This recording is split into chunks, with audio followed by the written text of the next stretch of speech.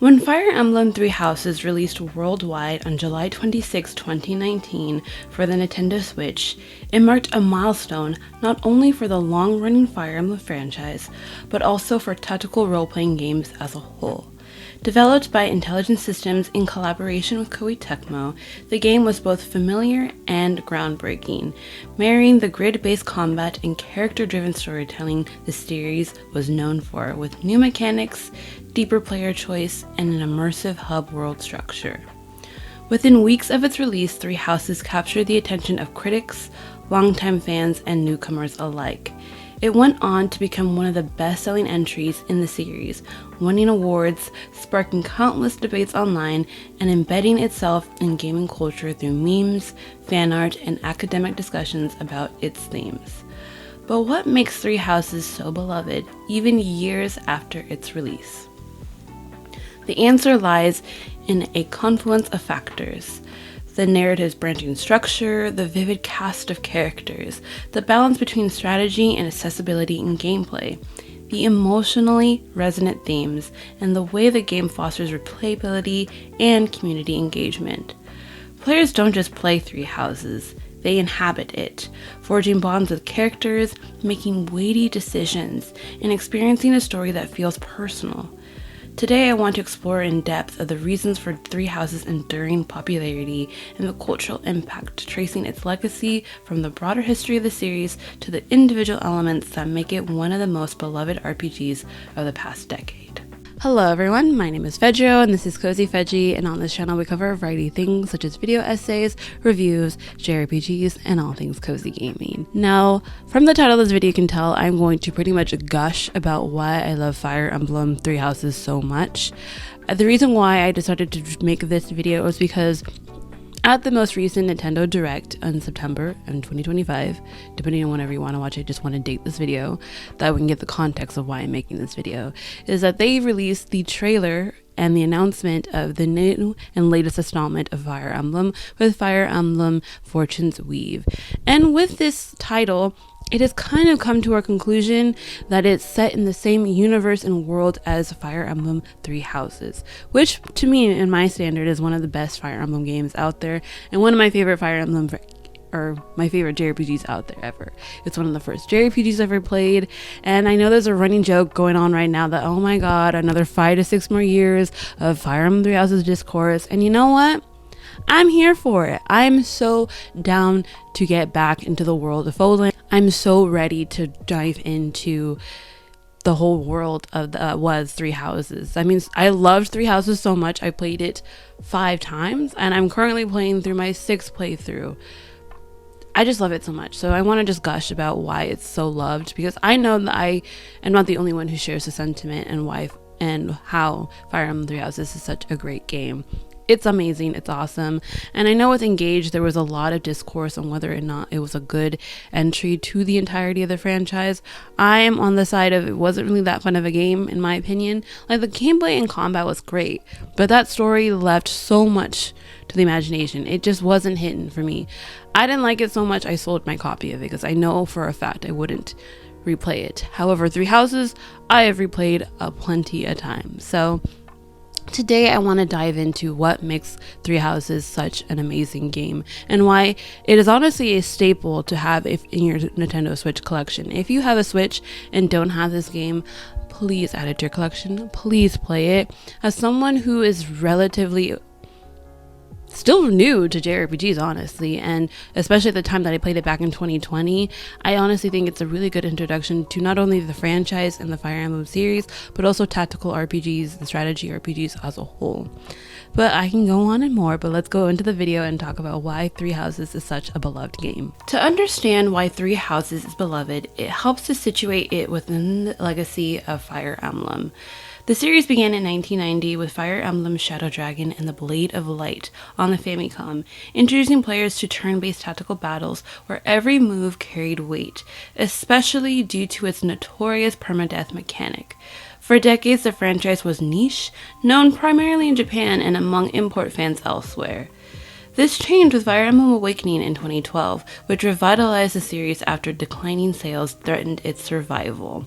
Awakening introduced a more accessible mechanics, a robust support system, and emphasis on relationships, helping it find mainstream success. Fire Emblem Fates continue this trend, but it's split into three separate versions. Fire Emblem Fates continue this trend, but it's split into three separate versions: Birthright, Conquest, and Revelation. Drew mixed reactions. Some players loved the ambitious structure, while others found it confusing or cynical. By the time Three Houses was announced for the Nintendo Switch, expectations were high. The Switch was already proving to be a global success, and fans hoped that a new installment would blend the best of Awakening's accessibility with the depth of earlier entries. Intelligent System partnered with Koei Tecmo to develop the game, introducing fresh design choices that would reshape the series. The result was a title that both honored the legacy of Fire Emblem and expanded it into unprecedented ways. Where Awakening had saved the series from extinction, Three Houses elevated it into the mainstream conversation of JRPGs, appealing not only to strategy fans, but also to players who might otherwise never touch a tactical grid. Now, what's so interesting about Three Houses, and it was in such an interesting position because I would say Fire Emblem was kind of an upward trajectory after the past two entries of Fates and Birthright. That is one of the games. Fates and Awakening, and also Shadows of Valentia, which was a remake of, I believe, the third entry of the series. So it was kind of an upward trajectory, and they were all mainly on the 3DS. So this was the first time seeing a Fire Emblem game in a 3D setting since, I want to say, Path of Radiance and Radiant Dawn on the Wii and GameCube. So this was a step into the 3D landscape for a long time, and I feel like there was a lot of eyes going into this because Fire Emblem at that time, I feel like in the early 2010s to mid 2010s, was still a very niche JRPG and a niche genre and niche game. So they had a lot of stakes going into, I think, Three Houses, and to me personally, I feel like they stuck the landing, especially being that, again, like their first foray into the 3D landscape since Path of Radiance and Radiant Dawn. With help, I think it definitely helped with Koei Tecmo helping them with the development of this game. Of course, it definitely has its shortcomings because it doesn't look great. We all can talk about the fruit designs in that game. We get it. And the warping in like the tables and all the backgrounds and stuff. There's definitely critiques for that for sure. And I think we made running jokes and memes about it enough. But I definitely do think for it being their first 3D game in a really long time, I think they did pretty well, and I feel like ever since that game they've built upon it, and with Fortune's Weave it looks absolutely stunning, and I'm really excited to see what more is to come in this world of Foldland as well.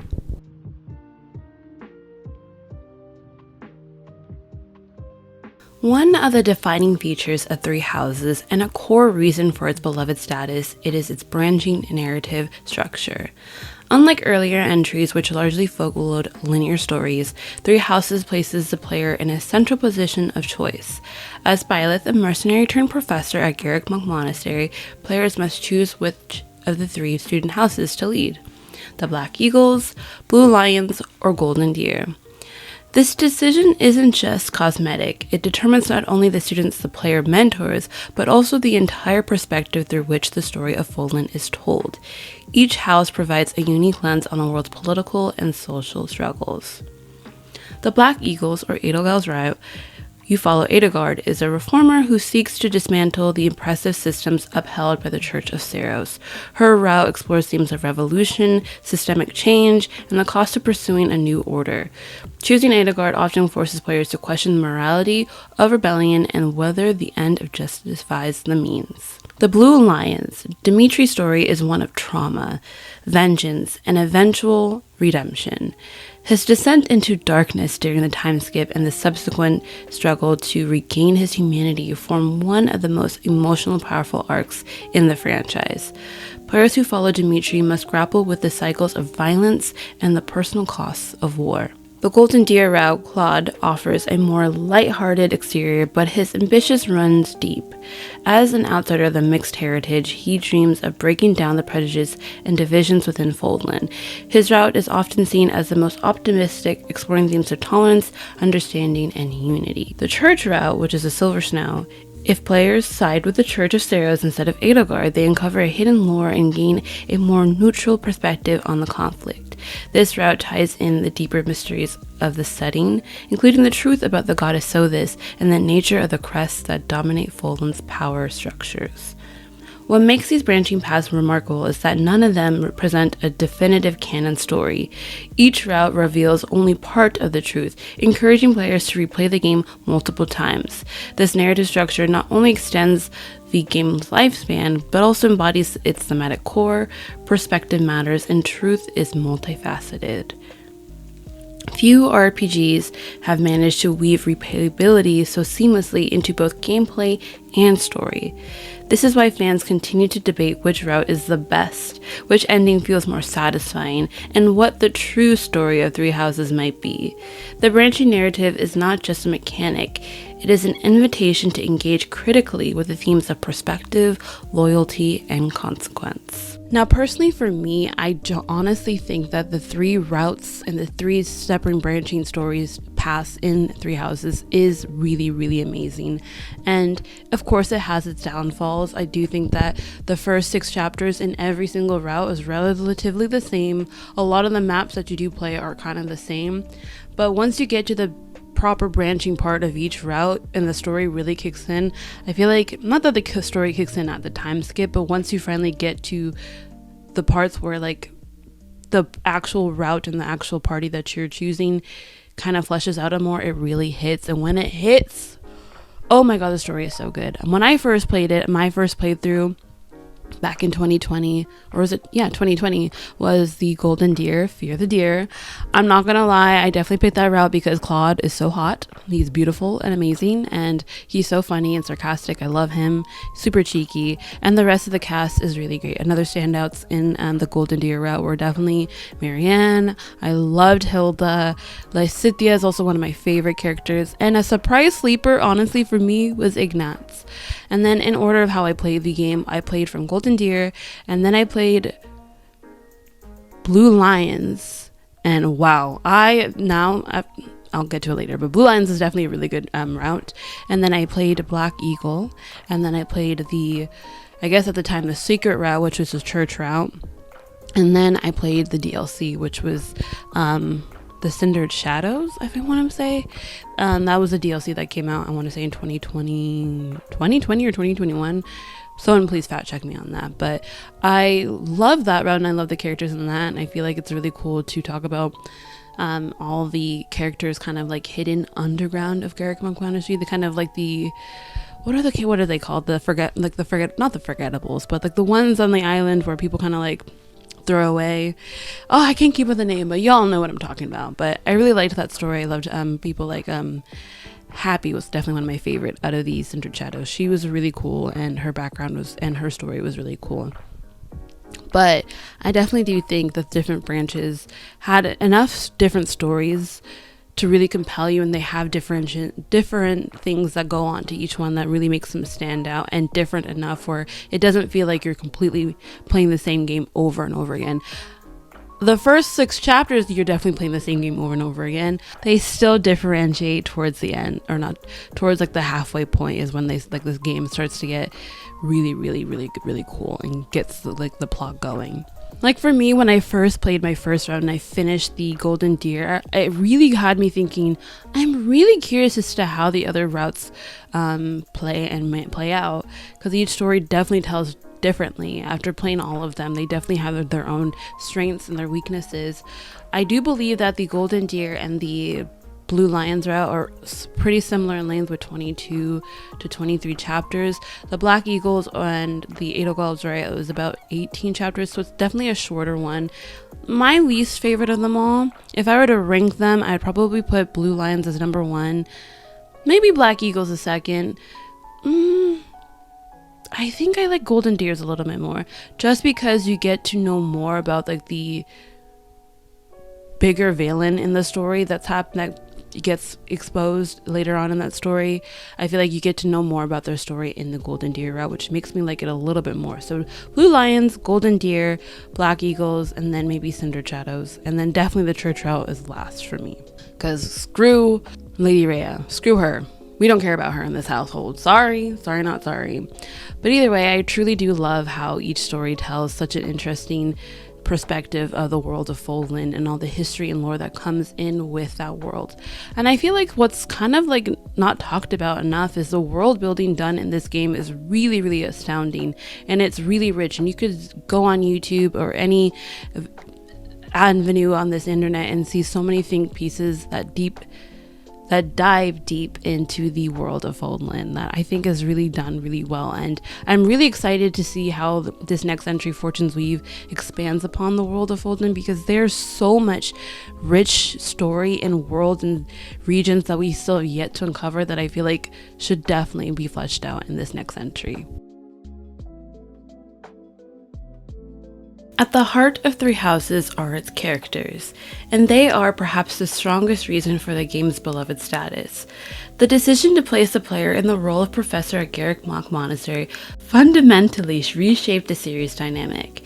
Instead of simply commanding soldiers on the battlefield, players mentor students, guiding them in their studies, supporting them in their struggles, and watching them grow. The students are more than an archetypes. They are individuals with distinct personalities, backstories, and arcs.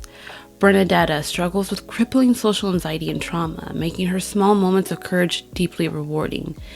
Felix bristles against the knightly ideals of his kingdom, clashing with tradition while grappling with his own identity. Lysithea, burdened with a shortened lifespan, embodies the tension between youthful impatience and weight of responsibility. Dedu's quiet loyalty to Dimitri, despite prejudice from others, adds layers to both character arcs. Support conversations between characters bring out these nuances. Players might witness two students bonding over shared fears, clashing over ideals, or discovering unexpected common ground. These supports not only flesh out the characters, but also create bonds that feel authentic and personal. The game's voice acting adds a further depth in giving each character a distinct emotional presence. What makes these characters so beloved is not just their writing, but the way the game ties them to gameplay. Every battle carries emotional stakes because the units on the field are not faceless soldiers.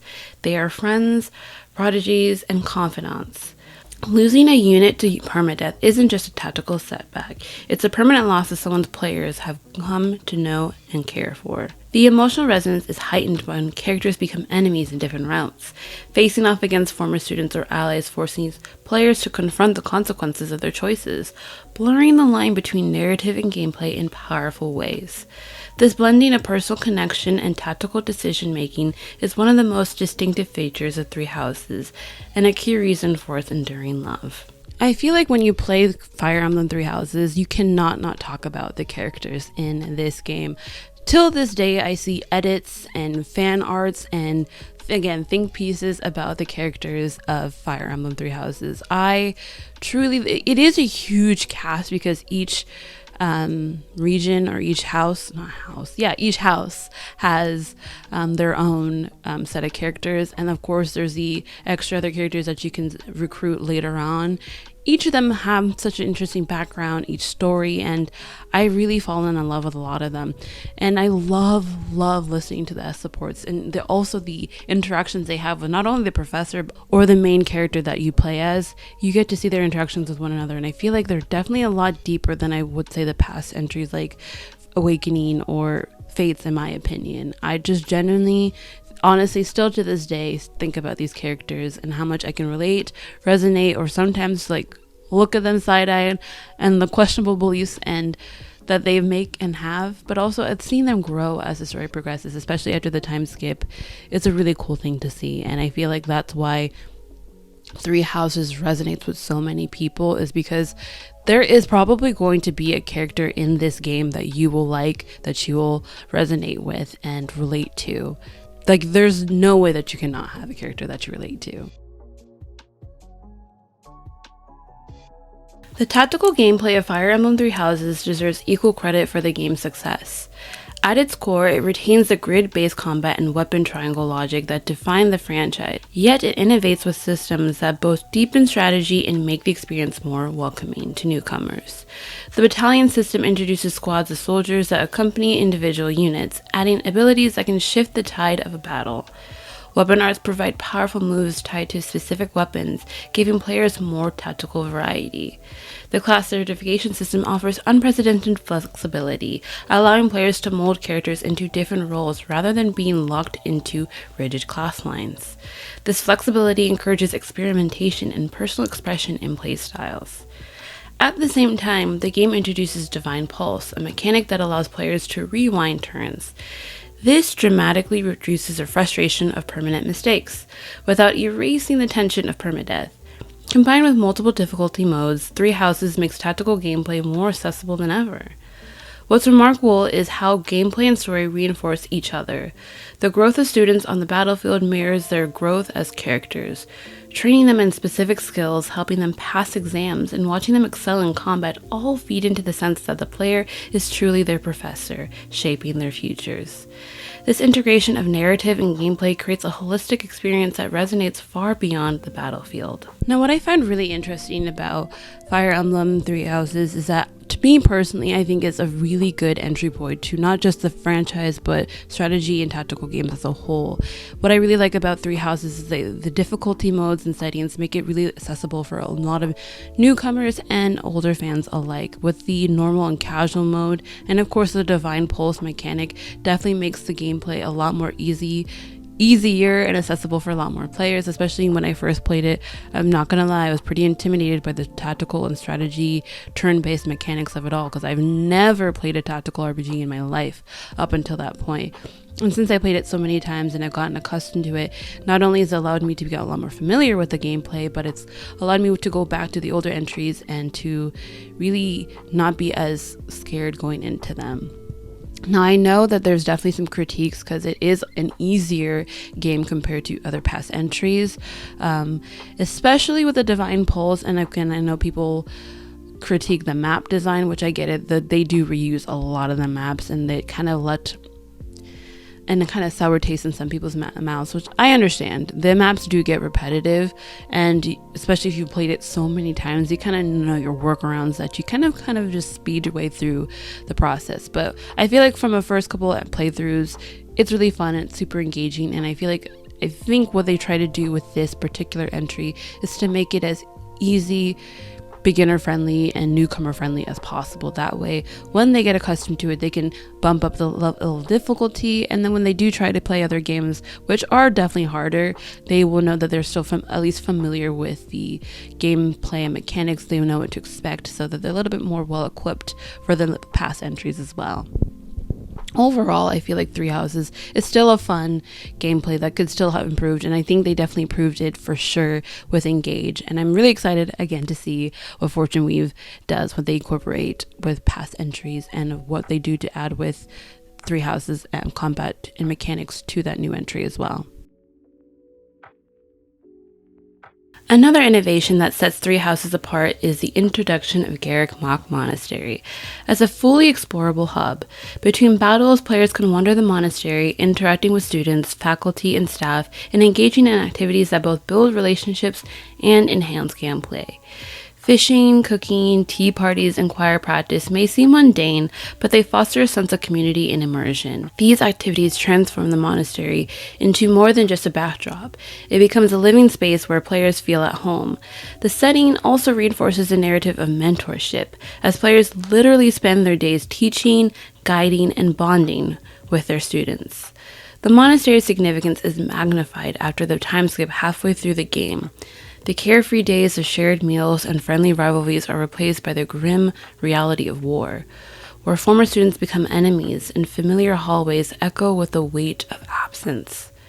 This contrast between gives emotional weight to the story, making the war feel more tragic because players have experienced peace so vividly. Now, what's interesting about Garreg Mach Monastery is that I feel like there's also a lot of critiques about this. When you first play it, I think the whole premise of having a hub world and being able to explore it, it's pretty explorable. It's not open world. There's definitely closed off to certain things, but the Garreg Mach Monastery is very massive. You have the church, the dormitories, fishing, the greenhouse. There's so many places to explore, so many ways to encounter your students, have support conversations, bump up your XP, your skills, skill sets for not just only you as the main character, but your players as well. And I feel like it was really fun to really get to know your characters, and I feel like in a more organic way. And over time, especially when you replay the game over and over again, the monastery can get pretty redundant, repetitive, and a little bit annoying at times, which I understand, especially when you play it multiple times.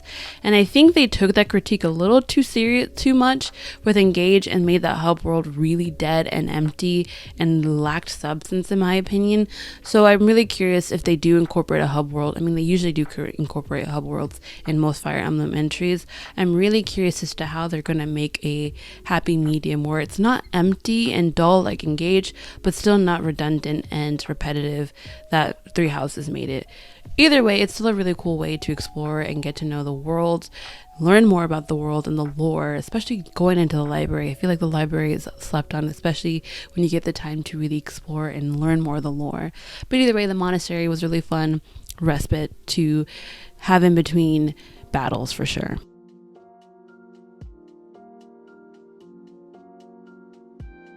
Beneath its fantasy veneer, Three Hopes grapples the profound themes that resonate deeply with players. At its core, the game is about the cost of war, the burden of leadership, and the struggle between tradition and change. Edelgard's evolution challenges the entrenched power structures of Fodlan, raising questions about systemic inequality and whether violent upheaval can ever be justified. Dimitri's arc explores the destructive power of trauma and vengeance, asking whether redemption is possible after great violence. Claude's outsider perspective highlights prejudice and the barriers to unity, resonating with players who have experienced marginalization. The game refuses to provide easy answers. Each route presents valid perspectives and moral ambiguities, ensuring that no choice feels wholly right or wrong. This thematic richness encourages players to reflect not only on the fictional world, but also real-world parallels from systemic injustice to cultural prejudice. Now, what I found so interesting about Three Houses, and since there's so many different character arcs and so many different story arcs in this game, there's so many different themes that you can dive yourself into and immerse yourself into, and I feel like they explore them pretty well, in my opinion. There are definitely things that I've not plot holes necessarily, the things that could have been fleshed out a little bit more, but I loved getting to know each route. I loved learning about Dimitri's dark past and how it embedded his trek to and journey of revenge and vengeance, and learning more about him and the dark stories and trauma that he had to go through. Same with Edelgard. I mean, to be honest, a lot of the characters in this game have really dark traumatic sparks. Edelgard, Lysithea, and then of course you have Claude. I feel like he gets the the rep of being such a jokester, but he also has to deal with being a new leader, being mixed race, trying to bring in unity to not only his home country and homeland, but the whole continent of Fodlan. Is a really hard task to do. I mean, if you can tell by how the world politics are going, bringing in unity and positivity in that kind of sense is not easy feat to do, for sure. And I feel like Three Houses really expands upon those different themes really, really well. While not most technically advanced game on the Switch, Three Houses excels in presentation. The art direction balances anime-inspired character designs with a grounded medieval aesthetic. The soundtrack, from the serene Fodlan winds to the intense battle themes, enhance every moment. Voice acting is particularly noteworthy. Performances breathe life in the cast, conveying vulnerability, determination, and growth. For many players, hearing a character's voice during a heartfelt support or a desperate battlefield plea transforms them from pixels into people. The combination of visuals, music, and voice acting amplifies the emotional impact of the story. When a character falls, confesses their fears, or rises to a challenge, the presentation ensures those moments resonate. Now, one thing I understand that the presentation in this game can get its flack for sure. I mean, the rendering, the backgrounds being warped, the ridiculous looking fruit in this game have been memed from hell and back. But I can say that one thing that really sticks out to me, I do like the darker, grittier medieval aesthetic that Three Houses goes for, but I also really love the music in this game. I think everyone can come to agree that the music in Three Houses is just top tier, top notch. One of my favorite OST tracks ever is the Shuttering Star. Oh my god, not me not knowing the song, but it's the track that that plays in the final map in the Golden Deer route. If you know, you know, because I remember when I experienced it the first time, I literally had to pause the game and like sit in it because it was just intense. I think there's literally a meme about it. I mean, there's so many memes about this game, but there's a particular meme that, you know, that's how I felt when I played it. But nonetheless, Fire Emblem Three Houses just has such great presentation, great music, and honestly, I really truly love the aesthetic of this game. Another reason Three Houses is so beloved is the way it fosters community and replayability. Because no single route reveals the full story, fans are encouraged to share their experiences, debate their favorite houses, and compare endings. Online discussions about Edelgard's Revolution or Dimitri's redemption arc remain lively years after release. The game's design almost demands multiple playthroughs, extending its lifespan. Players who commit to seeing all routes gain not just new gameplay experiences, but also a fuller understanding of Foland's world. This cyclical structure encourages investment and conversation, keeping the game relevant. In terms of legacy, Three Houses has already influenced future Fire Emblem titles. Fire Emblem Engage leaned more heavily into gameplay while pulling back on narrative depth, which sparked discussions comparing it to the emotional richness of Three Houses. For many fans, Three Houses set a high bar for character-driven storytelling in tactical RPGs. Also, it goes without saying that Fire Emblem Three Houses has such a huge community and fan base for this particular game. I know that Fire Emblem as a whole is still pretty niche, but the Three Houses community is loud and proud on the internet, everywhere, no matter what. Even years after this release, I still see fan art, I still see think pieces. I mean, heck, I'm making a video about it right now about how much I love this game years after its release, because it just really has that impact and influence on many gamers and fans of who not only are fans of Fire Emblem but strategy and JRPGs alike. It just really has that staying power that will have the conversation and discourse for years on end. And I'm here for it. I'm here to live in and to continue that discourse. Fire Emblem Three Houses is beloved because it succeeds on multiple levels at once. It tells a story of perspective and consequence, inviting players to see the world through different lenses. It introduces characters that feel real, whose struggles and growth inspire deep emotional investment. Its gameplay balances strategy and accessibility, while its monastery hub fosters immersion and intimacy. Its themes resonate beyond the screen, and its presentation ensures those themes land with power. Most importantly, Three Houses is not just a game, but an experience. Players don't just fight battles, they mentor, bond, and mourn. They make choices that shape not only the fate of nations, but also the futures of peoples they care about. That emotional imprint is why the game remains beloved years after release, and why it will continue to be remembered as one of the defining RPGs of its era. All in all, I feel like Fire Emblem Three Houses is such a treasure to not only to the Switch, not only to the franchise, but just to games as a whole. Like I said earlier, if you have a Switch, please add this to your collection. I feel like, to me personally, you cannot have a Switch and not have this game in your collection. Whether you are a JRPG, RPG, tactical gamer or not, I still think it's still easy, beginner friendly enough to really get invested into it. It can be cozy and chill at times when you make it, especially when you go on to the easier difficulties of normal and casual, where you don't have to worry about permadeath, and the Divine Pulse mechanics definitely helps it out as well. But I truly love a lot what comes to Three Houses. Comes down to the aesthetic, the music, and of course the characters and the story and world building. It's one of my treasured and most loved JRPGs of all time, and I would love to hear what your thoughts are on this amazing masterpiece of a game. If you guys enjoyed this video, do not forget to hit that like and subscribe button, and I cannot wait to see you guys in the next one. Bye!